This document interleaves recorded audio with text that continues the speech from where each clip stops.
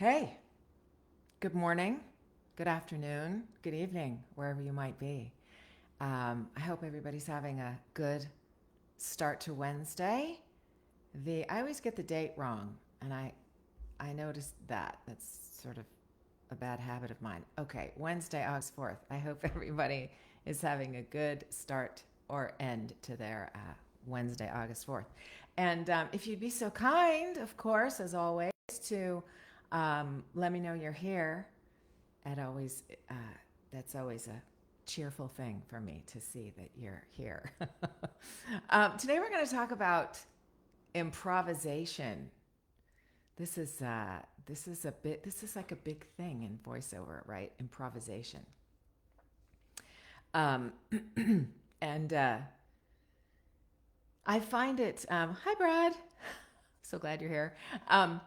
It's an interesting topic, right? And I let me just start off and say that I think having improvisational skills is fantastic. Um, I think understanding what improvisation is fantastic. And then I think what we really, hi Paul, I think what we really want to do is understand its uses in voiceover and where to use it and where not to use it, right? Um, so so let's talk about what improvisation actually is, right? Um, there's a there's a there's a wonderful short little phrase that is used in improvisation classes, circles, all the time. And the phrase is yes, and, right? So that when you're doing improvisational exercises and the class teacher or instructor has a couple of people go up on stage and gives you a particular scenario that you're working with, right? And in some classes, one person will step in, right, be up there for a little while to engage the exercise, and then exit the stage, and someone else will come in. So the yes and part is that uh, whatever the scenario is that's being set up by the teacher, the actors say yes to it, right? They buy in, right? It's as simple as that. They buy in. So everything that's been stated in improvisation, every every part of the story must remain true, right? Which is the yes. Yes, I believe that it's 6 a.m. on a Sunday morning and we're having donuts, right? So the person who steps into the scene says, yes, it's 6 a.m. on a Sunday morning and we're having donuts. And the dog is in the garage, right? Whatever the new person stepping in brings to the scenario, right? It's always yes, acknowledging what has been established, and then adding to it. And the best way to just destroy any improvisational work is to walk onto the stage and in the example of it's Sunday morning at 6 a.m. and we're having donuts, is for somebody to walk on and say, tomorrow's Wednesday and, I have to get to bed. It's getting late, right? It just upends the whole thing. It destroys the creative process. It ignores what's already been established and is just a big giant wet blanket on the process of creating something improvisationally. So how could any of this yes and stuff, how could this be beneficial in the realm of voiceover? Hi, Yvonne, waving. Um, the point of of taking improvisation courses as a voice actor is not to learn to be clever. It's not to learn how to make up new sentences in a script that aren't written there. That's not the point, right? The point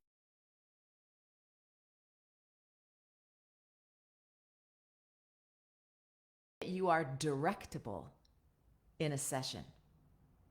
That's the point, right? So that we're not locked in to our one way of thinking, right? Our one way of doing something, our one way of approaching a particular piece of copy, but we're nimble and we're flexible and malleable, right? So, so where do we use where do we use it? It's an interesting phenomenon, right? Like, because most improvisation courses in voiceover are taught by very funny people. Like, they're funny. And that's a part of who they are, right? And it's a part of who they are as voice actors as well. And many of those people who teach it. Hi, John. Um, they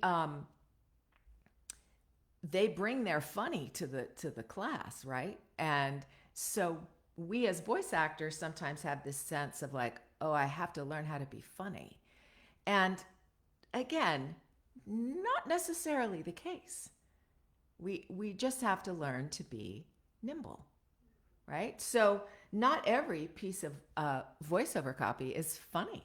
I mean, I have booked many funny things, right? Where the radio spot is comedic, and sometimes I'm the straight person, and sometimes I'm the comedic person, right? So, but again, it's the flexibility that's key, because a writer wants to hear his words spoken and doesn't want to hear them rewritten by a voice actor, right? So it's not up to us to rewrite a script, right? It's kind of we have to be pretty. What's the word I want? I want to say deft, but I'm not sure that that's the word. You'll have to forgive me. I haven't had any coffee today yet because I have to go get blood work at noon, fasting blood work, just regular routine blood work. But I'm like, haven't had coffee and I haven't had food. So my brain is a little bit short circuiting. So the idea is not to rewrite a script, right? The only time that you really, in a session where you really want to improvise, is when the director has asked you to, right? And usually that happens because you are known for your improvisational skills, right? I'll say this. Sometimes with a tag, this happened a few weeks ago. I was on the session, but it wasn't me that they were asking this of. It was the announcer, where there was a particular tagline, and the director of the session asked her to come up with 3 different lines that said the same thing. Now, to my mind, that was kind of unfair to the voice actor, right? It's like, wait a second, you're asking me off the top of my head to say this thing 3 different ways? Like, I would have to sit with that for a minute, right? So that sort of on the fly thing that happens, like, it's those kinds of things that improvisation is helpful for, right? In learning how to say a tagline 3 different ways, right, with different language. That doesn't happen terribly often, but when it does, it's good to have a sense of flexibility, right, and being nimble, right? So let me kind of try to package this up a little bit more neatly. I think that improvisation is really helpful. Hi, Justin. Improvisation is a very helpful thing to engage, and so I encourage people to, if you can, to take an improvisation class, even if it's just a 1-day workshop. Right? You don't have to go to Groundlings or Upright Citizens Brigade, and go through an entire course for it to be useful to you in voiceover. But taking a course to understand sort of, how the whole flexibility aspect of it applies to voiceover is a good thing. When you're on a session, it is not your job to rewrite the script. That's super important, right? I remember doing a session years ago, years ago, and it was a TV spot, and it was a dialogue, and the guy on the spot, when they were like rolling take one, he improvised this whole opening thing, right? And the director was thrown by it, right? It's a 30-second TV spot. It's like they're timing, right? They need to know that it's all gonna fit. And he was just making stuff up, right? And so it was really kind of a colossal waste of time in that particular session. The voice actor was not being sensitive to the needs of the spot itself, right?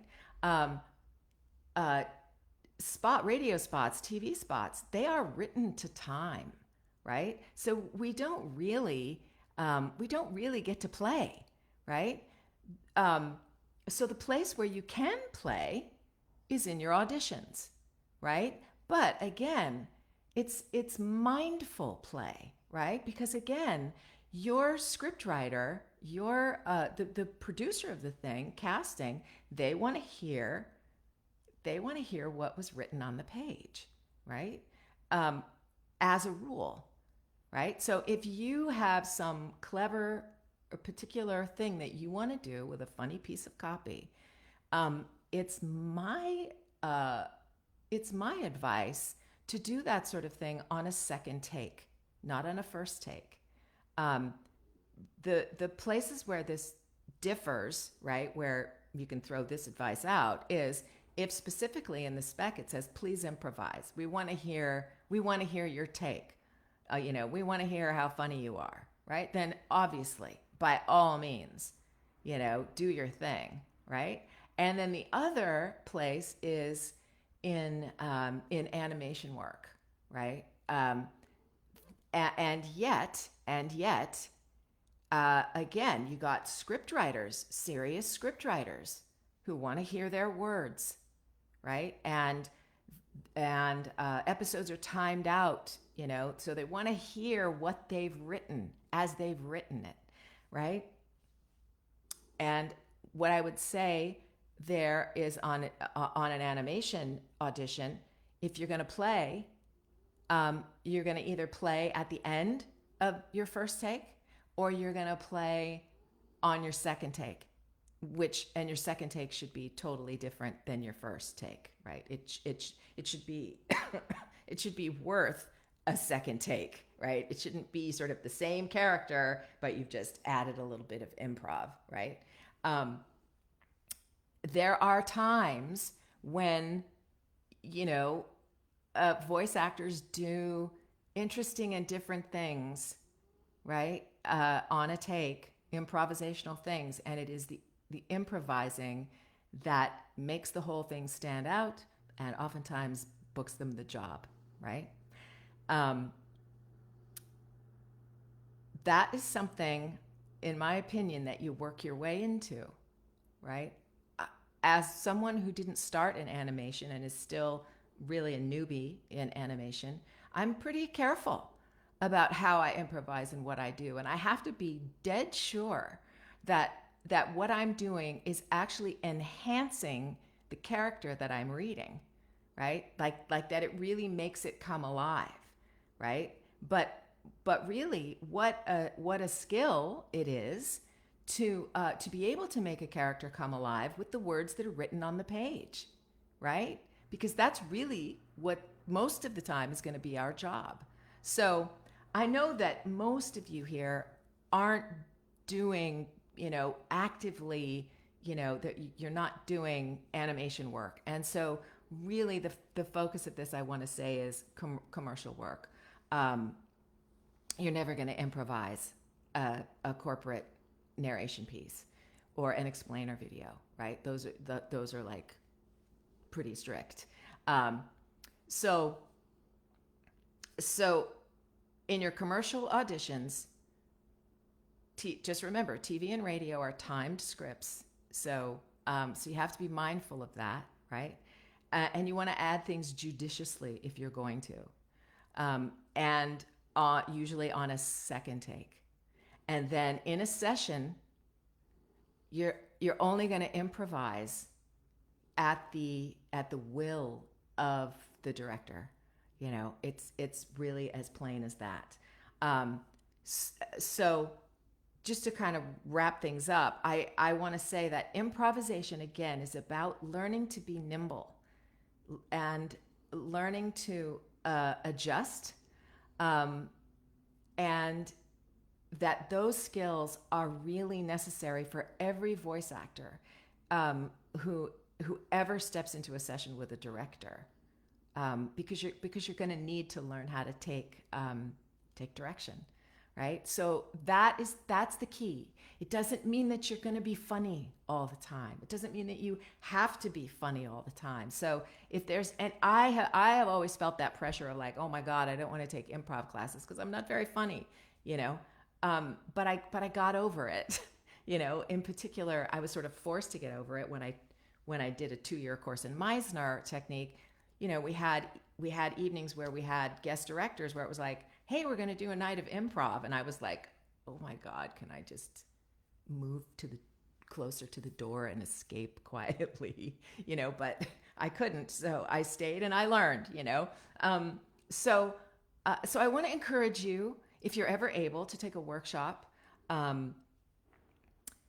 in improvisation. And if you're super interested, obviously, I know several people who've gone through Groundlings and or Upright Citizens Brigade, and they always come out of it like with a richer sense of themselves as actors, and their capacity to engage, right? You guys are so funny. I'm trying to read your comments as I'm trying to keep my train of thought. I'm not very good at that. So I want to encourage you when you can. I want to relieve you of the burden of feeling like you have to be a funny person. You don't have to be. There's a lot to learn in improvising.